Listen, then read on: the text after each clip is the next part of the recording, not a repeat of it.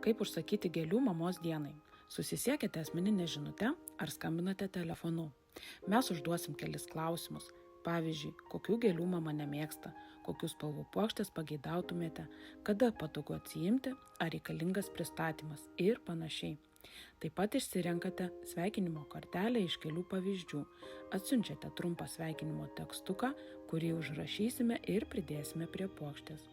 Atsiėmimo dieną gausite puokštės foto, o jums patvirtinus, kad viskas tinka, gėlės bus pristatomos ar atvyksite atsiimti.